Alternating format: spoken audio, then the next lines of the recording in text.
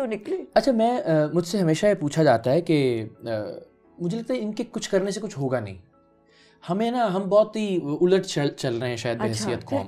کیا کرنا ہوگا؟ فرق پیدا ہونا شروع ہوگا نیچے کی طرف سے, ٹھیک ہے, اوپر سے کچھ نہیں ہوگا. ہم سنتے آئے نا کہ جی دیکھیں جی لیڈر ٹھیک ہوگا تو ٹیم ٹھیک ہو ہی جائے گی. نہیں ہوا نا, ہمیں اندازہ ہو گیا کہ یہ فارمولہ ٹھیک نہیں ہے. ہم یہی کہہ رہے تھے کہ نہیں جی ایک شخص ٹھیک ہوگا تو باقی نیچے سب ٹھیک ہو جائیں گے. ایسا اب تک تو نہیں ہوا, اللہ کرے ہو جائے, لیکن اس کی کوئی امید نہیں ہے. دین کا بھی یہی فیصلہ ہے. ہم بھی بچپن سے سنتے آئے کہ جیسی قوم ہوگی اس پہ ویسے حکمران مسلط کر دیے جائیں گے. تو اس کا مطلب یہ ہوا کہ قوم کو پہلے ٹھیک ہونا ہے.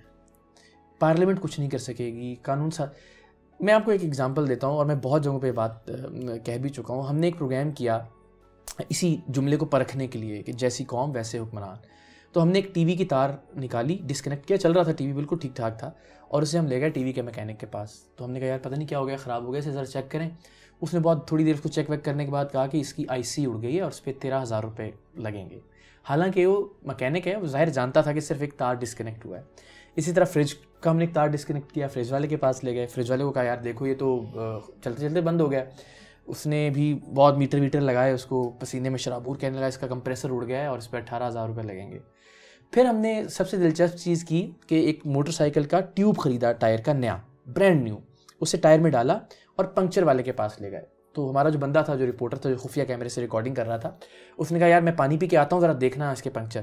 تو جب وہ واپس آیا اس نے کہا جی اس میں 2 پنکچر تھے, میں نے لگا دیے 20 روپے, جو بھی اس نے پیسے لیے اپنے. تو جب میں اس بندے کے پاس گیا واپس, پنکچر والے کے پاس, سب کے پاس گیا, میں پنکچر والے سے پوچھا, میں نے کہا اللہ کے بندے تم نے نئی ٹیوب تھی, پچھلی دکان سے خریدی ہے, یہ اس کی رسید ہے, اور اس لیے کہ بندہ سر پہ نہیں کھڑا تھا تم نے کہہ دیا اس میں 2 پنکچر تھے اور پیسے بھی لے لیے اس کے. تو کہنا ہنسنے لگ گیا, کہتا ہے سر میں 4 بھی تو نکال سکتا تھا نا, شکر کریں میں نے صرف 2 ہی نکالے ہیں پنکچر اس میں سے.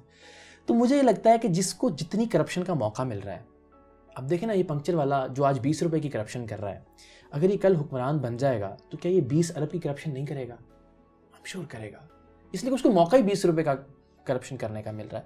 جو ٹی وی والا 13,000 روپے کی کرپشن کر رہا ہے, وہ 13,000 ارب کی کرپشن کرے گا.